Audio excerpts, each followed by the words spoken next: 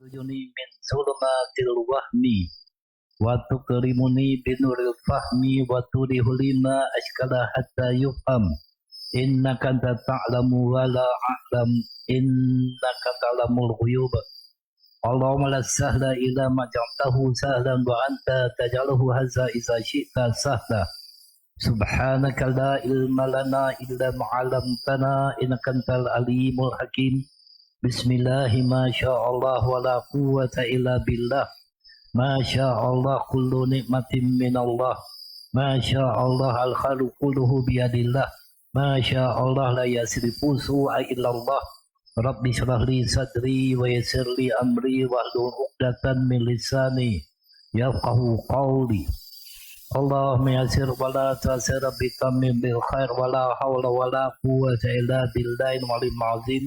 Amma ba'd. Kita menyambung kepada perbahasan pada kitab Qalbun Salim Syarah Penawar Bagi Hati. Masih lagi membicarakan bab yang ke-9, iaitu tentang ujub, iaitu orang yang ujub tentang dirinya.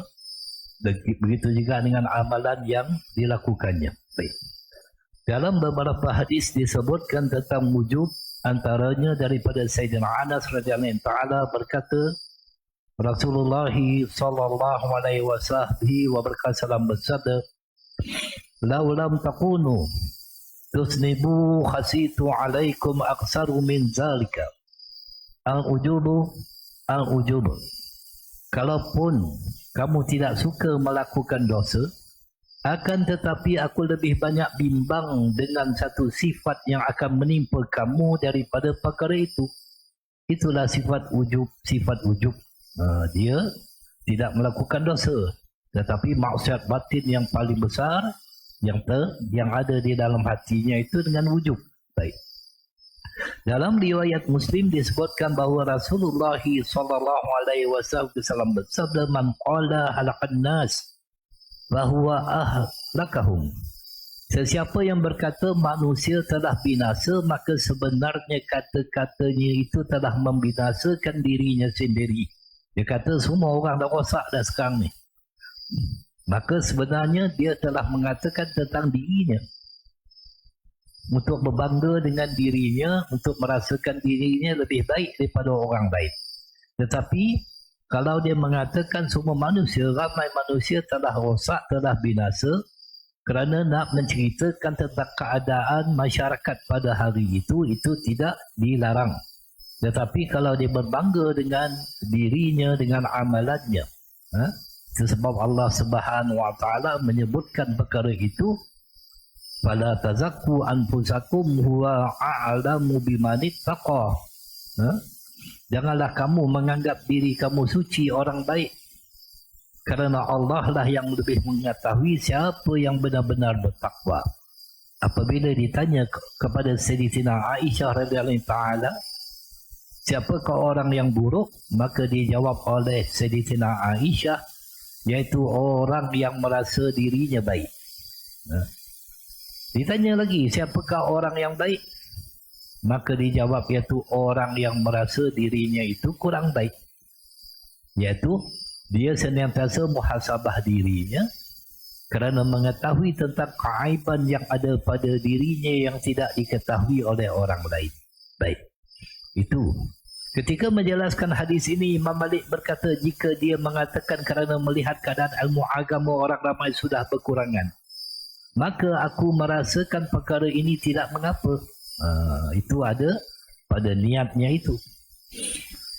Tetapi jika dia mengatakan kerana berasa wujub dengan dirinya dan merendahkan orang lain, maka perkara itu dibenci dan dilarang.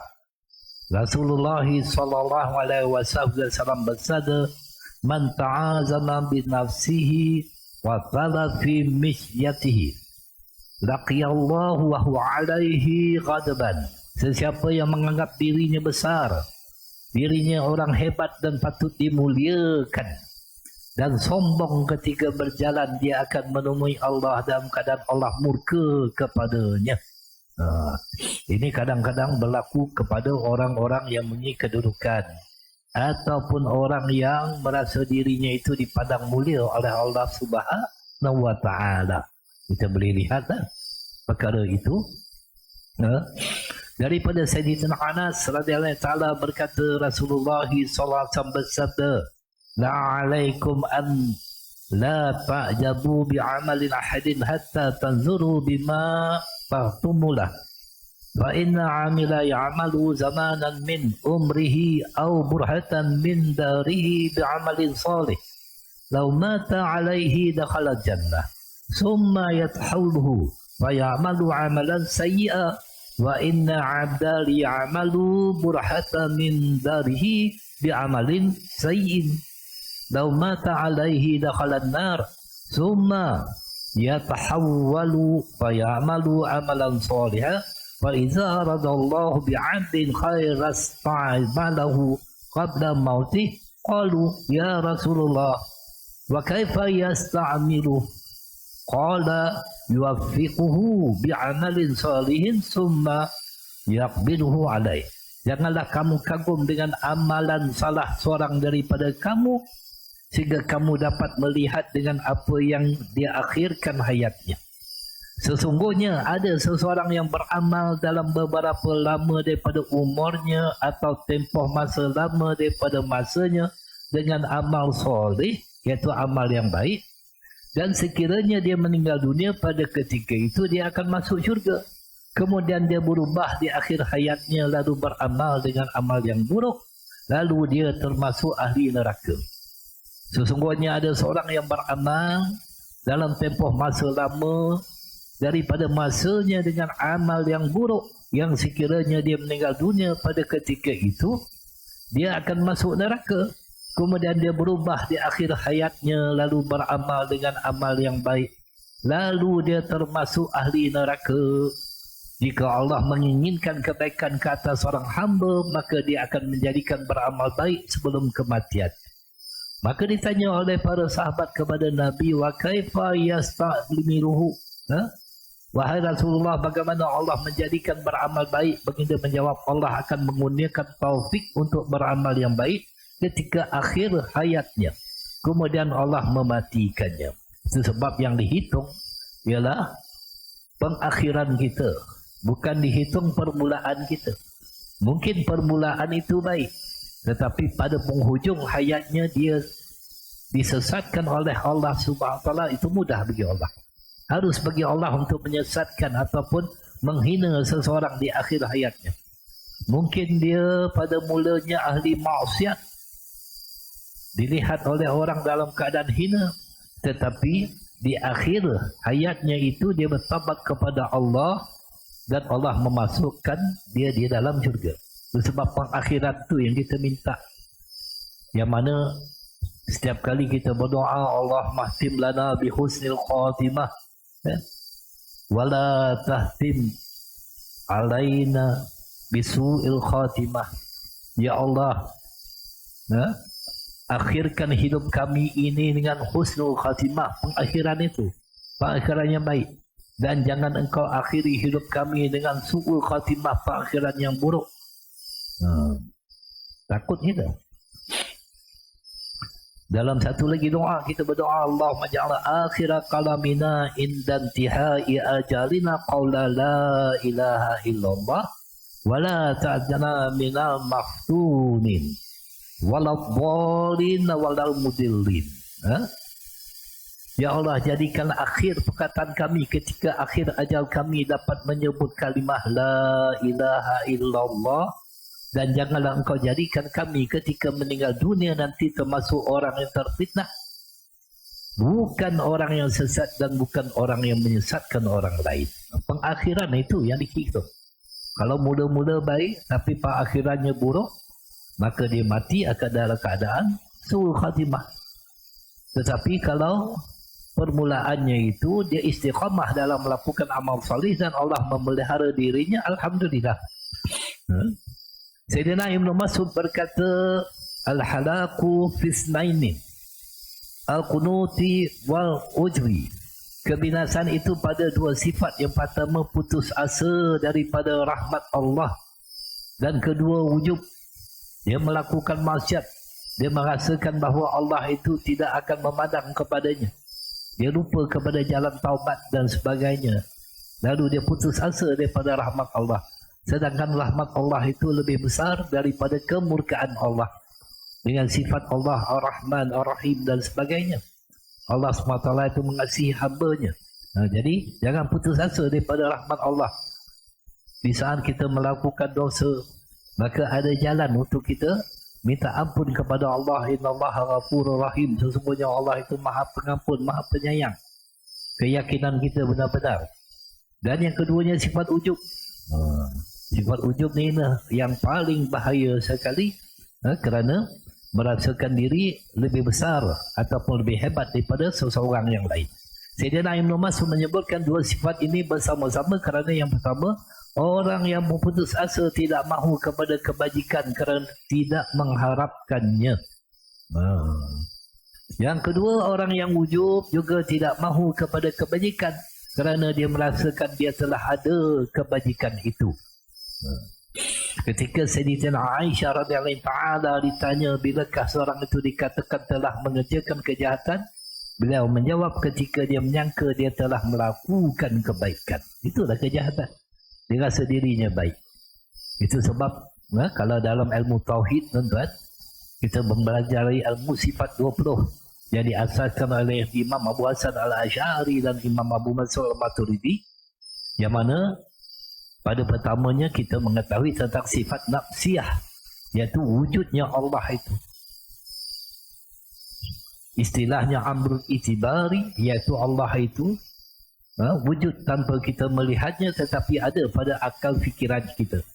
Kemudian adanya 5 sifat salbiah, qidam baqa mukhalafatahu lil hawadis qiyamuhu bi nafsihi wahdaniyah, yang itu terkandung di dalam surah Al-Ikhlas, yang menunjukkan Allah itu qidam, sejak azali lagi, telah ada, sedia ada sejak azali lagi, dan baqa kekal selama-lamanya.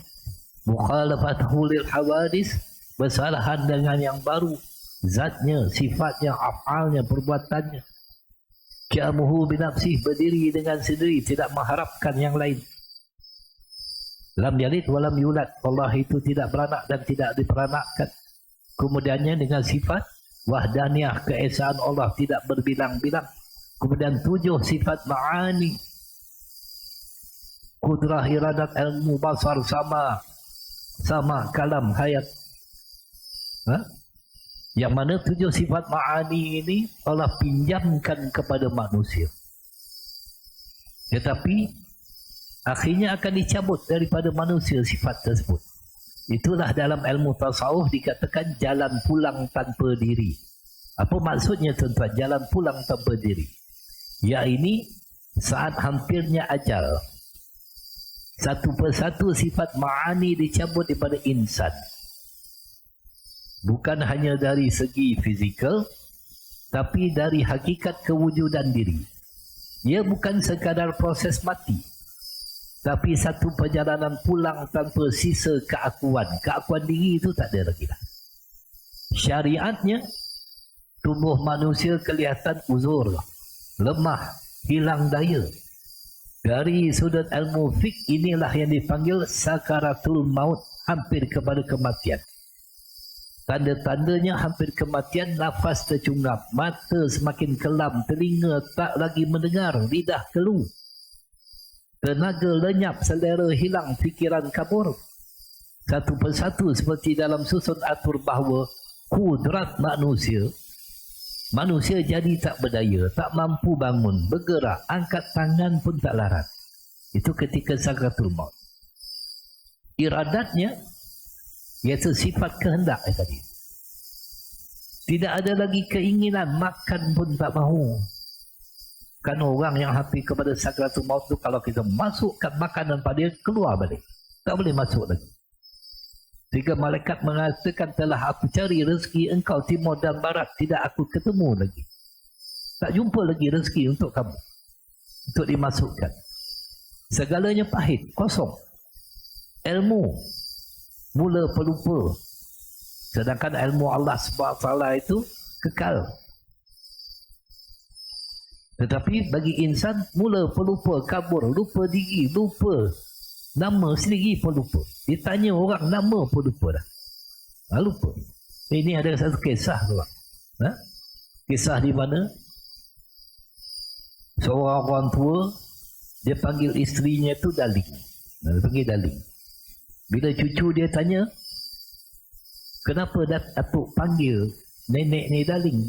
Datuk dia kata, sebenarnya cu, Datuk dah lupa dah nama nenek kau tu. Dah lupa dah. Tak ingat lagi nama. Jadi pelupa. Kemudian sifat basar, penglihatan makin kabur. Wajah orang tersayang pun dah tak cam, tak kenal lagi dah.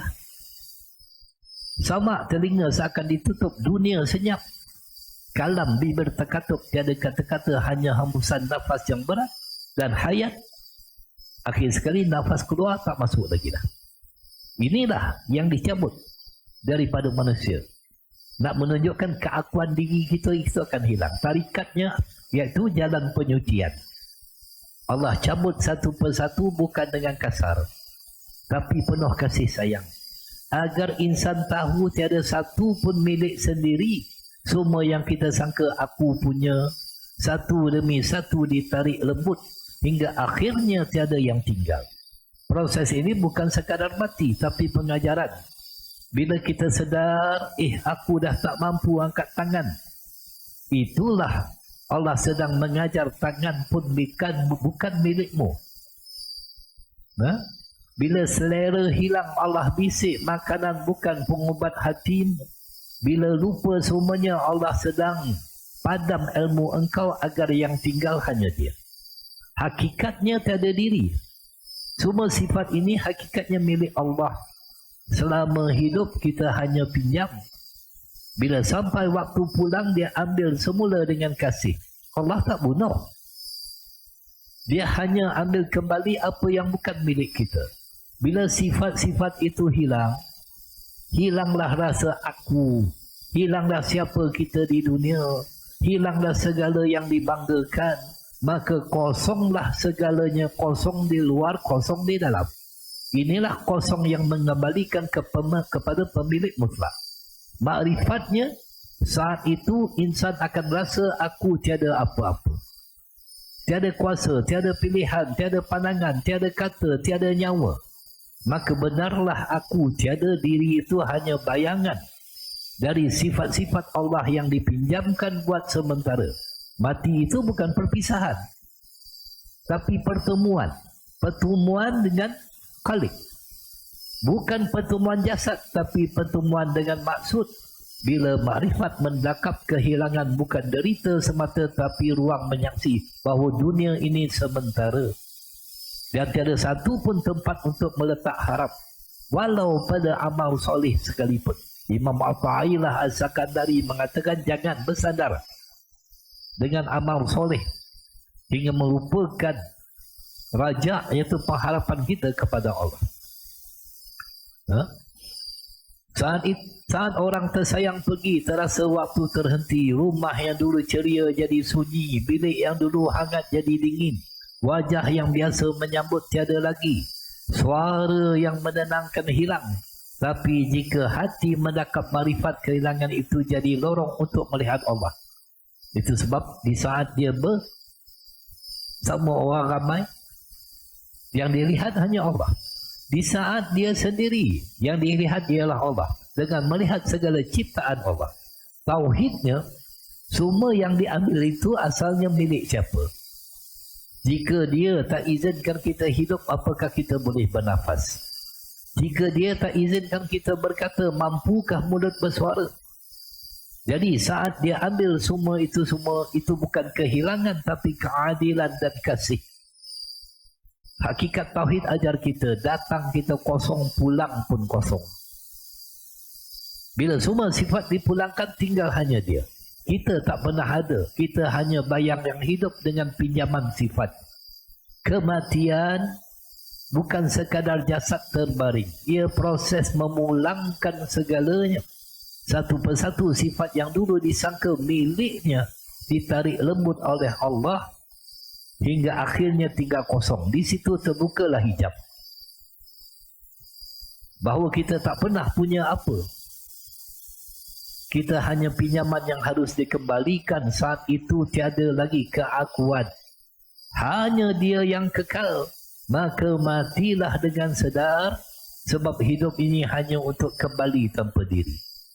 Dan bila semua hilang kuasa, kata, daya, suara, siapa lagi yang tinggal? Bukan anak, bukan harta, bukan gelaran. Hanya dia yang sejak awal bersama kita. Waktu itu kita tak mampu lagi bersandar pada sesiapa. Hanya pasrah, hanya tunduk, hanya diam. Rupanya selama ini kita hidup dengan apa yang bukan milik kita. Dah tiba masa pulangkan. Bukan dengan paksaan tapi dengan kasih. Waktu itu kita tak mampu lagi bersandar pada siapa lagi lah. Supaya kita benar-benar kenal bahawa aku ini tidak pernah ada, hanya dia yang kekal selama-lamanya. Ini hakikatnya begitu. Tidak ada sifat keakuan. Itu sebab orang yang hidup dalam ilmu tauhid ini, dia tak jadi sombong, tuan-tuan. Tak jadi sombong. Imam Syafi'i radhiyallahu ta'ala, ini ulama besar, ulama hebat, Imam Syafi'i radhiyallahu ta'ala. Ketika dia menghadiri satu majlis yang membicarakan tentang Allah, tentang Rasul, dia duduk pada majlis tersebut, mendengarnya seolah-olah dia tidak memahami satu patah pun huruf daripada Al-Quran. Nak menunjukkan sifat tawadu'nya itu. Sifat tawadu itulah yang dipandang. Sebagaimana yang disebut oleh imam-imam tasawuf. Walaupun amalnya tak banyak, walaupun ilmunya tak banyak, tapi ada sifat tawadu, sifat yang merendah diri. Sifat yang merasakan diri itu tidak mempunyai apa-apa kecuali mengikut saja agar dia itu diberi fahaman oleh Allah. Apa kata Imam Junaid Al-Baghdadi radhiyallahu ta'ala, arba'u tarfa'u atu ilal a'dad darajat wa in qala amaluhu wa ilmuhu al-hilmu wa tawadu'u wa sakhatu wa husnul khaliqu wa huwa kamalul iman. 4 hal yang membuat hamba naik ke derajat yang paling tinggi meskipun amalnya dan ilmunya sedikit adalah sabar, rendah diri. Atau Imam Syafi'i dia rendah diri. Walaupun orang yang mengajar dia tu tak salim dia pun, tapi dia dengar, dia ambil ilmu. Itu Imam Syafi'i punya perangai tu. Rendah diri, dermawan, budi pekerti yang baik. Budi pekerti yang baik adalah kesempurnaan iman. Itu sebab kalau tak ada kuliah, tuan-tuan, tak mengajar, bila saya pergi masjid, ada orang mengajar, saya duduk, saya dengar. Paling tidak kita nakkan keberkatan daripada apa yang kita dengar. Saya takkan sibukkan diri saya kepada perkara yang lain. Sebab adab dalam kita mendengar. Kita disuruh menjadi orang yang tawadu. Bukan nak menyombongkan diri seolah-olah aku tahu dah apa ustaz ni cakap ni. Ini semua benda aku dah tahu dah. Aku dah pandai dah. Aku lebih tahu lagi lah. Aku ni kaki masjid lah. Aku ni banyak semayang lah. Ini berat ni. Sifat wujud yang ada pada diri beginilah. Yang menimpa ahli ibadat. Ahli ibadat. Bukannya ahli maksiat. Ahli ibadat. Yang menimpa ahli ibadat. Baik. Sayyidina Aisyah radhiyallahu anha berkata, labistu marratan dir'an bi jadida. Faja'altu anzuru ilaihi wa ajibtu bihi. Faqala Abu Bakrin, man tanzurina, inna Allah laysa binazirin ilaiki. Qultu wa mimma zalika. Qala amma alimti anna abdu idza dakhalhu ujubi zinatid dunya maqatahu rabbuhu hatta yufariqu tilka zinata. Qala fanazatuhu fanasaddaqtuhu bihi. Faqala Abu Bakrin asa zalika an yakifiru anki. Apa kata Sayyidatina Aisyah radhiyallahu taala, aku pernah memakai baju besi kepunyaanku yang baru.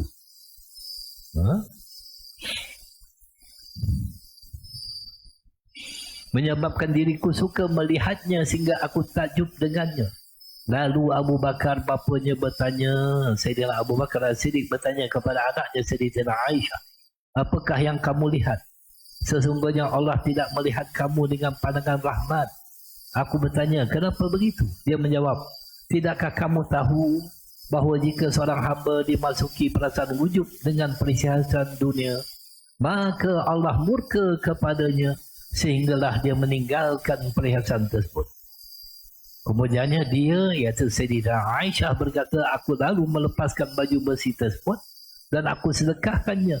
Lalu Abu Bakar berkata, semoga dengan perbuatan tersebut boleh menghapuskan dosa daripadamu. Takjub dengan dirinya sendiri memakai baju besi tadi itu.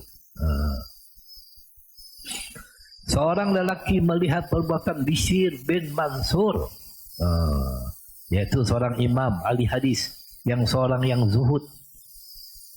Imam Ali bin Al-Madini berkata, tidak pernah aku melihat orang yang paling takut kepada Allah daripadanya. Dia solat 500 rakaat setiap hari. Dia juga berkata, dia menggali kuburnya dan mengkhatamkan Al-Quran di dalam. Wiridnya ialah membaca 1/3 Al-Quran setiap hari. Meninggal pada tahun 180 Hijrah ketika berumur lebih 70 tahun. Jadi seorang lelaki dia lihat perbuatan Imam Bishr bin Mansur rahimahullah ta'ala yang mendirikan solat dengan lama dan melakukan ibadah dengan sempurna. Setelah selesai mendirikan solat, Bishr berkata kepada lelaki tersebut, janganlah kamu tertipu dengan apa yang kamu telah lihat daripada perbuatanku tadi. Kerana iblis telah mengerjakan ibadah dan solat selama beribu-ribu tahun. Tetapi ia telah menjadi seperti keadaannya sekarang itu kafir. Wa'iyahzubillah. Iblis lebih banyak ibadatnya kan? Daripada kita. Kita ni berapa banyaknya semayang? Paling banyak tarawih 20 rakaat. Itulah paling banyak kita semayang. Iblis lebih banyak lagi. Kalau orang yang sombong daripada mendengar ilmu ini, boleh dikatakan seorang yang mengikut perbuatan iblis. Na'udzubillah min dzalik. Sayyidatina Aisyah radhiyallahu anha pernah mengatakan, wa inna ujba law kana rajulan kana rajulun su. Sesungguhnya wujub itu jika dirupakan dalam bentuk manusia, ia adalah seorang manusia yang buruk. Sayyidatina Ka'ab pernah memberi nasihat kepada seseorang yang sibuk mengumpulkan hadis dengan katanya, ittaqillah warda biduni minal majalis. Bertakwalah kepada Allah dan carilah kedudukan yang rendah di dalam majlis. Kedudukan rendah di majlis itu apa dia? Mendengar majlis ilmu. Seolah-olah kita ni tak mengerti apa-apa. Menunjukkan tawaduknya dia. Walaupun dia dah tahu dah. Wala tu'zi ahadan. Fa'innahu law. Malu ilmuka ma bainas sama'i wal ardi ma'al ujri. Ma zadaqallahu bihi illa shifalan wa naqsa. Janganlah kamu menyakiti sesiapa pun, kerana sesungguhnya sekiranya ilmumu memenuhi apa yang ada di antara langit dan bumi, tetapi ada wujub, nescaya Allah tidak akan menambah kepadamu kecuali kehinaan dan kekurangan. Iaitu orang yang wujub dengan amalan, dengan ilmu, itu tidak boleh. Kerana setiap perbuatan kita itu sebenarnya adalah anugerah Allah Subhanahu wa taala. Yang menjadikan kita taat itu Allah. Yang menjadikan seorang itu menjadi melakukan maksiat itu juga Allah. Wallahu khalaqakum wa ma ta'malun. Padahal Allah yang mencipta kamu dan benda-benda yang kamu buat. Semua yang kita buat itu Allah yang gerakkan. Kalau Allah tak gerakkan, tak jadi apa pun kita. Kan? Sayyidina Ali karamallahi wajah berkata, al-ijabu diddus sawabu wa afatul albab Ujub ialah lawan kepada kebenaran dan penyakit bagi akal yang sihat. Sayyidina Abu Darda berkata, alamatul jahli salasun. Tanda jahil itu ada 3. Jahil ni dia ada 2 jahil lah tuan-tuan. Satu dipanggil jahil basit. Jahil basit ni apa dia? Dia sedar dirinya jahil, lalu dia nak belajar. Itu jahil basit. Kedua, jahil murakab. Jahil yang berlapis-lapis. Dia jahil, tapi dia tak nak belajar. Dia tunjuk pula kejahilannya. Itu ramai tu. Jahil murakab ramai. Kalau tak percaya, buka Facebook. Ada orang mengajar, ada ulama tunjuk, dia tukang komen. Tu kerja orang jahil tu. Komen ulama, komen mufti. Ramai. Kita tengok waktu pandemik tu, ramai orang jahil. Telah fatwakan bahawa masjid tak boleh buka, sembahyang jarak 1 meter 1 meter. Dia komen. Dia lebih alim pada mufti lagi. Tu ramai. Sebenarnya dia nak tunjuk kejahilannya kepada orang ramai. Tu ramai. Cukup ramai. Akhir zaman ini. Itu sebab. Yang pertamanya, tanda jahil itu ada 3. Al-ujub. Al-ujubu iaitu wujub. Yang kedua, kasratul mantiqi fima la yu'ni. Banyak bercakap perkara yang tidak memberi manfaat. Kemudiannya wa'an yanha an syai'in wa ya'ti. Ketiga, melarang sesuatu yang dia sendiri melakukannya. Dia larang orang, tapi dia sendiri yang melakukan perkara tersebut. Ini sangat bahayalah kalau ada seseorang yang memberi nasihat, tetapi dia sendiri terjerumus kepada apa yang dilarang oleh Allah Subhanahu wa ta'ala. Sayyidina Masruq berkata, kafa bil mar'i ilman an yakhshallah wa kafa bil mar'i jahlan an yujubu bi ilmi. Cukuplah seorang itu dianggap berilmu jika dia takut kepada Allah SWT. Itu yang dikatakan orang yang berilmu, iaitu orang yang takut benar-benar kepada Allah. Bukan sekadar dia boleh baca Quran, baca hadis, meriwayatkan hadis, tetapi dia tak takut kepada Allah, lalu dia melakukan perkara-perkara yang dilarang oleh Allah Subhanahu wa ta'ala. Dan dia beramal dengan ilmu yang dia miliki. Kerana Imam Al-Ghazali rahimahullah ta'ala menyebutkan al-ilmu bila amalin junun wal amalu bi ghairi ilmin la yakun. Ilmu tanpa amal itu adalah gila, dan beramal tanpa ilmu adalah sia-sia. Baik.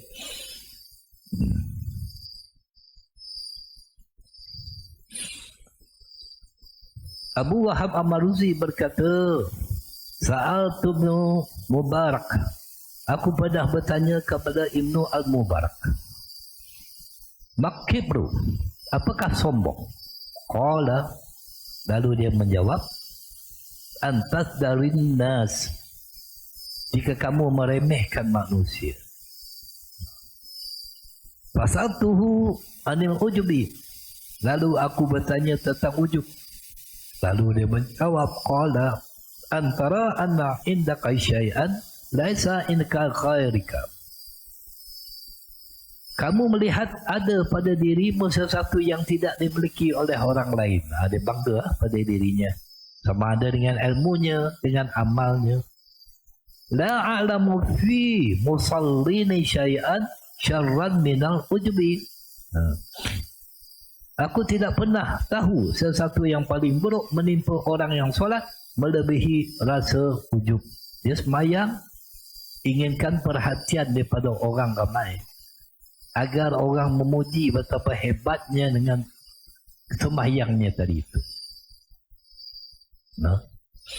Itu sebab seorang ulama, Abdul Wahab Al-Syarani rahimahullah ta'ala, dia ni tuan-tuan kalau disuruh menjadi imam solat, sama ada solat fardu ataupun solat sunat, dia menolaknya. Syekh Abdul Wahab Al-Syarani rahimahullah ta'ala. Kerana dia mengatakan, bagaimana untuk aku menanggung kekurangan solat makmumku? Sebab imam ni, dia al-imam min damin. Imam ini penjamin. Kekurangan solat makmum akan ditanggung oleh imam. Seumpama kalau makmum dia masbuk, tak sempat baca Fatihah, kemudian dia rukuk bersama imam, Fatihahnya ditanggung oleh imam. Ataupun ketika makmum terlupa baca tahiyat awal. Tahiyat awal itu merupakan sunat abad yang disunatkan untuk sujud sahwi kalau terlupa. Tapi kalau dia sembahyang bersama imam, dia terlupa, maka dia tidak perlu sujud sahwi, itu akan ditanggung oleh imam. Imam kena tanggung semua tu kesempurnaan. Maka Syekh Abdul Wahab Al-Syarani dia kata, macam mana aku nak menanggung kekurangan solat makmumku sedangkan solat aku pun banyak kurangnya. Itu yang pertama, dia tolak jadi imam. Yang keduanya, dia takut dipandang mulia oleh orang ramai kerana menjadi imam. Sedangkan kemuliaan itu tidak ada pada diriku. Yang mana orang melihat dia ketika dia menjadi imam.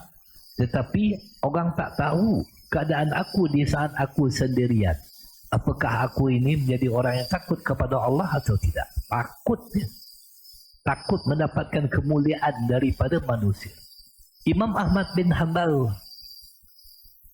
rahimahullah ta'ala, apabila dibebaskan daripada penjara oleh khalifah yang menggantikan khalifah yang sebelumnya yang memenjarakan Imam Ahmad bin Hanbal, yang mempertahankan akidah yang mengatakan Al-Quran itu bukan makhluk, akhirnya khalifah yang benar-benar membebaskannya, kemudian diberi persalinan, perhiasan, diangkat kedudukan Imam Ahmad bin Hanbal, dia menolaknya.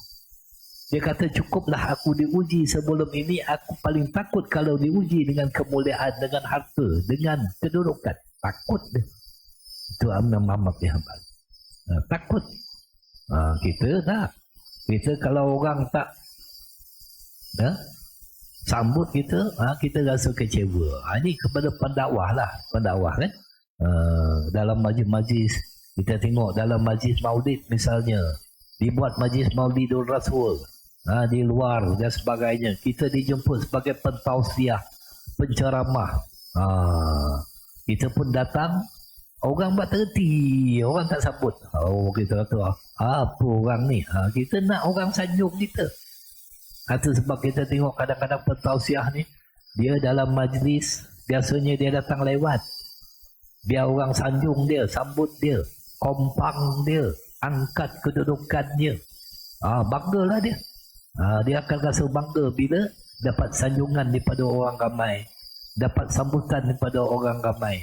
Dia tak nak datang awal. Kalau dia datang awal, macam ceramah ke, kuliah ke, dia datang awal, dia duduk depan ke, dia duduk bersama orang ramai tak perasan. Tapi bila dia datang lambat, seolah-olah orang tunggu dia. Mana dia? Mana penceramah? Dia bangga lah. Akhirnya orang sambut dia. Dia datang pun orang semua pun bangun. Sambut dia. Tala'al badru alaina. Banggalah dia. Dia pun banggalah. Orang pun salam dia, cium tangan dia.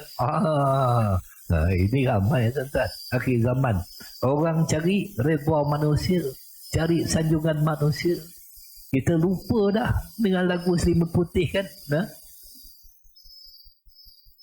Janganlah suka disanjung-sanjung, engkau umpama manusia agung. Jangan suka disanjung-sanjung. Sebab itu pada pandangan manusia, pandangan Allah belum tentu lagi kan. Itu baik. Abdul Wahab Al-Maruzi berkata, Sa'altum Nur Mubarak Malkibru. Itu sudah tadi baik. Ali bin Sabit berkata, al-malu afatuhu tadzrili wal nahbu wal ilmu afatuhu ijabu wal ghadabu. Harta itu penyakitnya membazir dan tamak. Ilmu itu penyakitnya ujub dan cepat marah. Kalau ada ahli ilmu, dia suka marah-marah orang, itu bukan ahli ilmu. Ahli ilmu ini, dia mesti tahu bahawa setiap yang datang itu adalah ujian daripada Allah Subhanahu Wa Taala. Itu sebab ilmu ini dia ada beberapa tahap. Ilmu ini sebagaimana yang dikatakan oleh para ulama, waqila al-ilmu salatu ashbar.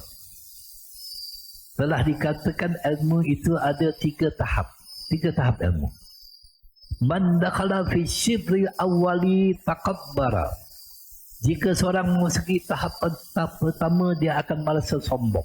Dia baru dapat ilmu, baru belajar, baru jadi ustaz lah. Dia rasa sombong. Ada pandang semua orang seolah-olah tak mengerti apa-apa. Wa man dakhala fi syabri sani tawadhu'a. Jika masuk tahap kedua, ia akan menjadi tawadhu'. Wa man dakhala fi syabri salisi alima annahu ma ya'lamu. Jika seorang memasuki tahap ketiga, ia akan merasa dirinya tidak ada apa-apa pun. Sebab ilmu yang dia miliki itu adalah anugerah Allah untuk mendidik masyarakat. Itu dikatakan penceramah. Penceramah ni apa tuan-tuan? Kena sifat ramah, bukan pencemarah. Marah orang ni kerja. Kalau marah orang tu, itu pencemarah nama dia. Dia tengok orang mesti dia marah orang. Dia kerja nak marah orang kerja dia. Kena sifat ramah lah dalam berdakwah dan sebagainya. Itu sebab jadi cukuplah sekadar itu tuan-tuan dan puan. Mudah-mudahan yang sedikit ini dapat memberi manfaat kepada kita. Sebagaimana Ali bin Arrah berkatakan, qalilun yakfi khairun min katsirin yughri. Ya, ini sedikit yang mencukupi lebih baik daripada banyak yang berlebihan. Mudah-mudahan dengan apa yang kita dengar, apa yang kita kongsikan bermanfaat, terutamanya pada diri pribadi saya sendiri dan kepada tuan-tuan yang hadir. Mudah-mudahan Allah SWT rahmati kita, Allah SWT jaga akidah kita, jaga iman kita. Mudah-mudahan pengakhiran kita, hidup kita akan dikurniakan oleh Allah SWT dengan husnul khatimah, dapat mengucapkan kalimah La ilaha illallah, sehinggalah kita bertemu dengan Allah dan Allah redha dengan apa yang telah kita lakukan. Hadza wabillahi taufik. Assalamualaikum warahmatullahi wabarakatuh.